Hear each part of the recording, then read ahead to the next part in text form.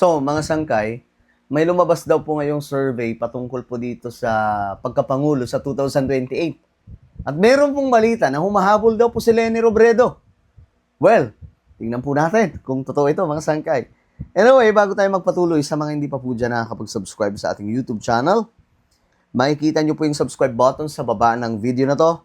I-click nyo lamang po yung subscribe, i-click ang bell, at i-click nyo po yung all. Sa mga nanonood naman po sa Facebook, i-follow nyo po yung ating Facebook page. So, ito na nga, mga sangkay, ang balita, no?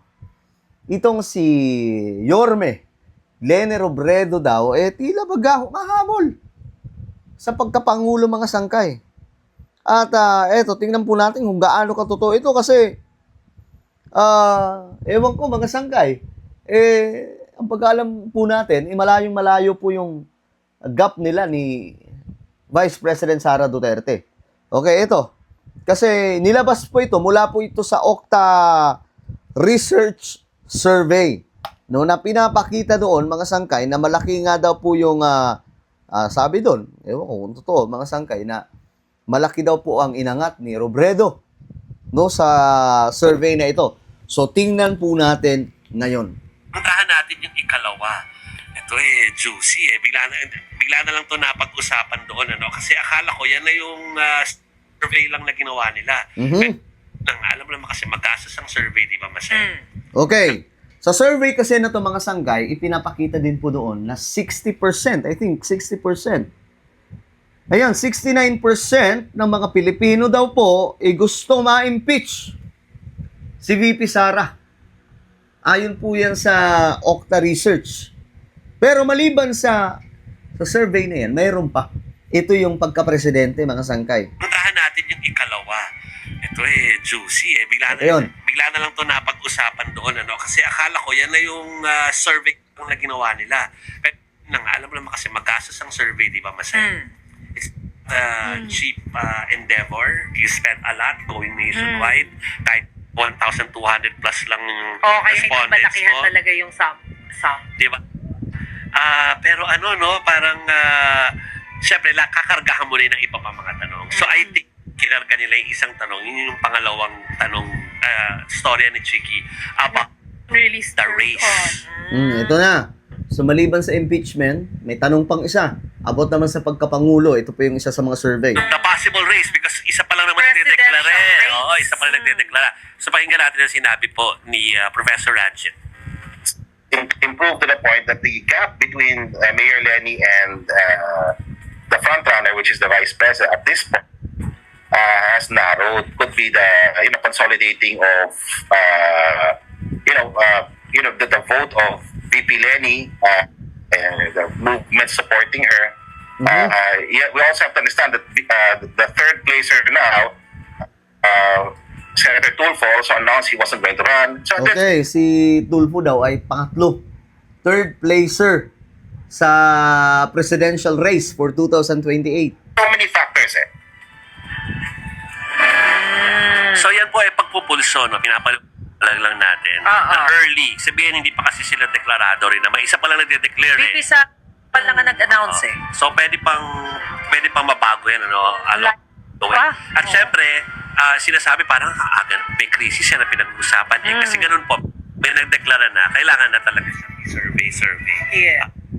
Hindi yan po lang para sa atin, pero mostly because of the campaign teams, kaya po merong survey na ganyan. Ginagamit po ng campaign teams yan para makita nila kung sila mahina or malakas. At least as of now, kasi magbabago pa malayo diba, pa. tayong tatlo nag-aangkon tayo ng election results, di ba? Mukhang itong mga reporter, mga sangkay, mukhang makalehen itong mga to Alam natin na kung dusin, sa dulo, yung mga teritoryo pa rin ang pag-uusapan natin. Yung bailiwick. So, hindi yung parang porket nakapag-sample ka sa lahat, di ba? Para paminsan yung boost ng boto sa mga bailiwick. Ang laki ng epekto. Kaya nga ang nililigawan din nila di ba? Mali dyan sa mga teritoryo nila.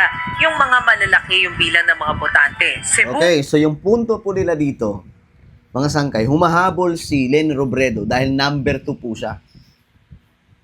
Number 2 po siya sa pagkapangulo. No?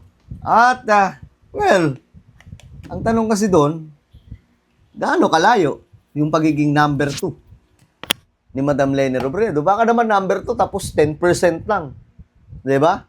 Number 2 ka na, 10% lang pala. Abay, pambihira. Malabo po yun, mga sangkay, kapag ka ganun. No? Isipin nyo yan, mga sangkay. Well, let's say, kasi hindi pa naman nagdideklara si Leni. Wala pa pong nagdideklara. Sabi po kasi sa report, number 1 si Sara, pangalawa si Leni, pangatlo si Tulfo. I think it's Raffy Tulfo. No? At isa po sa matunog na tatakbo ding Pangulo, just in case may pupulot sa kanya mga mayayaman. Gawin naman po sa ating bansa. No? Just in case, mga sangkay, na pupulutin po siya ng malalaking political party as president. Pero yun na nga po, mga sangkay, ang matunog pa rin po talaga, Leni at itong si VP Sara. Si VP Sara naman, naninilikado. As we all know naman, mga sangkay, that the Vice President is facing right now itong impeachment complaint at posibleng umabot po ito sa trial doon po sa Senate. At may possibility na pwedeng matalo po siya kung totoo yung mga paratang sa kanya. So mayroon na po silang other way na player na papalit kay VP Sara. Ito po ay si Baste Duterte. And I don't know kung isasakyan po yan ng ibang mga DDS, mga sangkay. Baste Duterte. Ngayon, si Leni, sabi nila, number 2. Number 2 na daw. Pero hindi pa po yan ang dideklara sa pagkapangulo. How much more daw po kung mag-declare siya na tatakbo siyang presidente ng Pilipinas? Baka daw humabol. O baka medyo pumantay, mga sangkay. But ito ito lang masasabi ko dyan. May chance si Leni Robredo kung mangyayari ito. Una, itataas po ang kanyang kamay ng Pangulong Marcos. Baga, makukuha niya yung endorsement from President BBM. The second one is kung walang tatakbong iba. Ito lang ay VP Sara versus Leni Robredo. Yun lang. Yun lang, mga sangkay. Kung VP Sara versus Leni Robredo lang ang tatakbo, may chance si Leni. Kasi dalawa lang sila eh. So kung makukuha niya ang endorsement from PBBM, mayroon na pong makinarya. Very important po yan, makinarya. Solid na supporter po yan, mga political party from provinces. No? Makinarya, makukuha niya. Kung makukuha niyang endorsement ni PBBM. Plus, may loyalista. Diba? Siguro may mga 30% na mga loyalists tumambling po sa kabila dahil kasama po sila ni Amy Marcos. But 70% ay nasa side pa rin po ni PBBM. So, yun na po ay malaking pondo. Kapag nagsama po yan, mga sangkay, wala na pong ibang kakandidato po pwede pong humabol si Leni Robredo at pwede pa pong lumamang.